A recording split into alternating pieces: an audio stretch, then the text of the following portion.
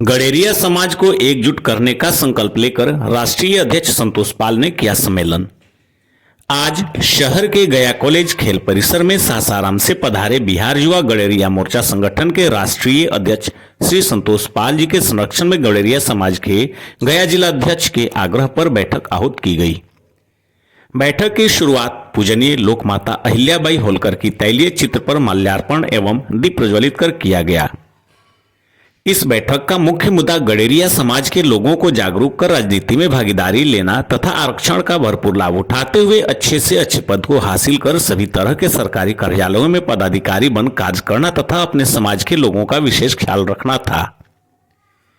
राष्ट्रीय अध्यक्ष संतोष पाल ने सभा को संबोधित करते हुए नीतीश कुमार पर निशाना साधा तथा कहा कि बिहार सरकार के तरफ से जो जातीय जनगणना की गई है उसका आंकड़ा गलत दिखाया गया है। आगामी होने वाले विधानसभा चुनाव में हम लोग इनका बहिष्कार कर पेश किए गए गलत आंकड़ों के प्रकाशन को लेकर इनको सबक सिखाएंगे। संतोष पाल ने बिहार के युवाओं को पढ़ाई और नौकरी करने के साथ साथ राजनीति में भी भागीदारी लेने के लिए आग्रह किया। कार्यक्रम का संचालन जिला अध्यक्ष ने बड़े ही उत्तम ढंग से किया। सुबह 11 बजे से जनता के मनोरंजन के लिए अनेक सुंदर गीत प्रस्तुत किए गए तथा जागरूकता अभियान को गीत के माध्यम से समाज के युवाओं तक पहुंचाया गया। ज्ञात हो कि गया में आयोजित गडेरिया समाज की बैठक में बिहार के लगभग 30 जिलों के साथ साथ झारखंड एवं उत्तर प्रदेश से सैकड़ों युवा सम्मिलित हुए। कार्यक्रम के अंत में जागरूकता रैली निकाली गई जो गया कॉलेज खेल परिसर से निकलकर जेल रोड, एसपी कोठी, गेवल बिघा मोड़, जयप्रकाश झरना, राय काशीनाथ मोड़, कचहरी, कोतवाली, गोलपत्थर होते हुए आजाद पार्क पहुंची और वहां पर आगत सभी अतिथियों को भोजन कराकर कार्यक्रम का समापन किया गया। क्या है गडेरिया समाज? गडेरिया एक भारतीय समुदाय है। यह समुदाय पाल, बघेल, गायरी, कुरुआ इत्यादि उपनाम भी लिखते हैं। परंपरागत रूप से पशुपालन व भेड़ बकरी चराना व पालना इन लोगों का मुख्य व्यवसाय रहा है। वास्तव में गडेरिया कोई जाति नहीं थी, यह एक पेशा हुआ करता था, किंतु प्राचीन समय में पेशे से ही जाति की उत्पत्ति होती थी। जैसे चमड़े का कार्य करने वाले चर्मकार, लकड़ी का कार्य करने वाले बढ़ई, लोहे का कार्य करने वाले लोहार, इसी प्रकार भेड़ पालने वाले गडेरिया बन गए। गडेरिया शब्द गड़र से निकला है जो कि गंधार से लिया गया है, क्योंकि भेड़ को सबसे पहले गंधार से ही लाया गया था। गडेरिया जाति को एक मूल जाति माना जाता है तथा इसके साथ अन्य उपजातियां जैसे पाल, बघेल, धनगर, गायरी, रेवारी, गाड़री, सेंगर इत्यादि है। पाल शब्द संस्कृत शब्द पाला से आया है जिसका अर्थ होता है पालने वाला अथवा रखने वाला। उत्तर भारत में जो लोग भेड़ बकरियां पालते थे उनको पाल कहा जाता था, किंतु पाल सरनेम सबसे पहले बंगाल में गुप्तोत्तर कालीन कायस्थ राजाओं ने उपयोग किया। उसके बाद महाराष्ट्र की एक शिकार करने वाली जाति ने पाल शब्द को सरनेम बनाया तथा बाद में पाल सरनेम को ग्वालियर के राजा ने भी अपनाया।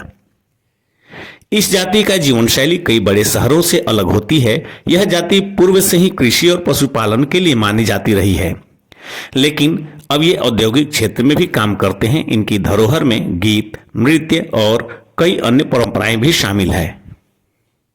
गडेरिया जाति के लोग अपनी संस्कृति और परंपराओं को बहुत महत्व देते हैं और उनमें अनेक धार्मिक और सांस्कृतिक त्योहार मनाए जाते हैं। आइए राष्ट्रीय अध्यक्ष संतोष पाल जी से हुई बातचीत को मैं आपको सुनाता हूँ। संगठित कर अपने ताकत का सरकार को एहसास है। हमारे लोगों को जिस प्रकार से दूध में मक्खी पड़ जाती है तो लोग मक्खी को फेंक कर दूध को पी जाते हैं, उसी प्रकार आज़ादी के 76 वर्ष के बाद भी हमारे समाज के लोगों से सिर्फ और सिर्फ राजनीतिक दल वोट लेकर हमारे लोगों को कोई मान सम्मान देने का काम नहीं किया है। ये संगठन पूरे बिहार में इसी प्रकार के जागरूकता अभियान चलाकर अपने लोगों को जागरूक संगठित करके सरकार को मुंह तोड़ जवाब देने के काम। देखिए, कहा जाए कि जिस समाज का कोई अगुआ नहीं होता है, जिस घर का कोई रख रखाव करने वाला नहीं होता है, उस घर को दूसरा कोई हड़प लेता है।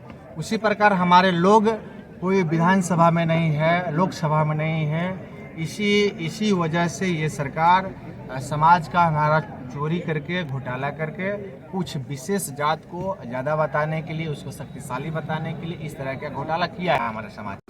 राजनेता राजा होता है और जो है अधिकारी कार्यपालिका होता है, कार्य कराने वाला होता है। तो राजा के दिशा निर्देश के अनुसार ही पदाधिकारी कार्य करते हैं। तो जब तक हम लोग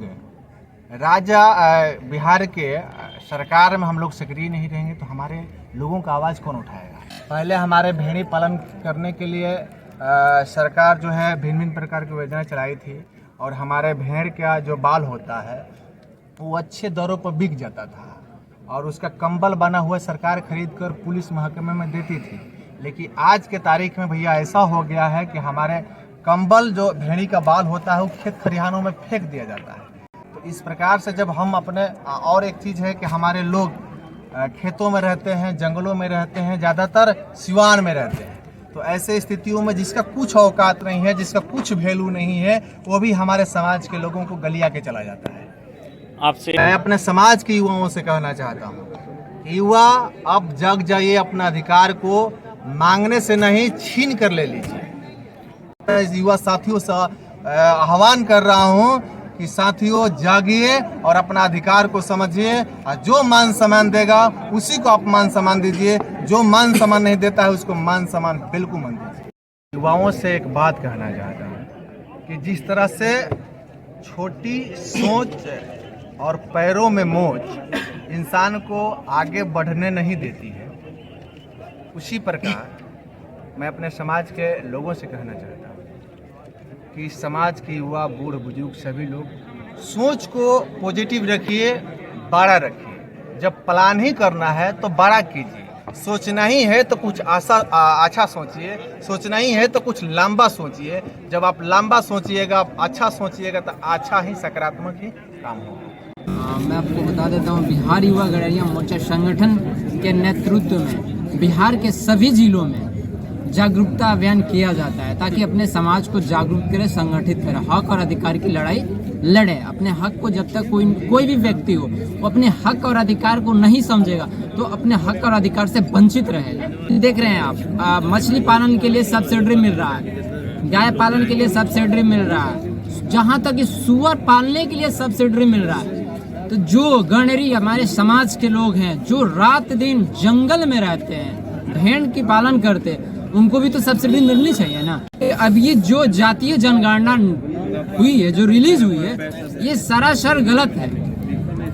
मैं इस माननीय मुख्यमंत्री नीतीश कुमार जी को और उप मुख्यमंत्री तेजस्वी यादव जी को मैं ये चैलेंज के साथ कहता हूँ कि इन लोगों ने जातीय जो जनगणना है पाल समाज के साथ गलत दुर्व्यवहार किया है, चोरी किया है इन लोगों ने हमारी जाति।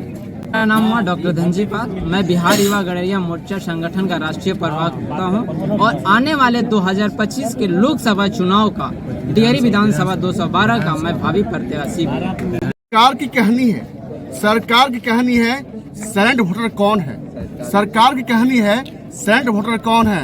ईबीसी है साइलेंट वोटर, इनको आवाज तक पहुंचानी है, इनको आवाज से पहुंचानी है। आपको जनगणना हुई है 35% ईबीसी है, जो 35% ईबीसी है वो हम ही हैं। उनको हमको पहचानना पड़ेगा कि साइलेंट वोटर पाल समाज भी है।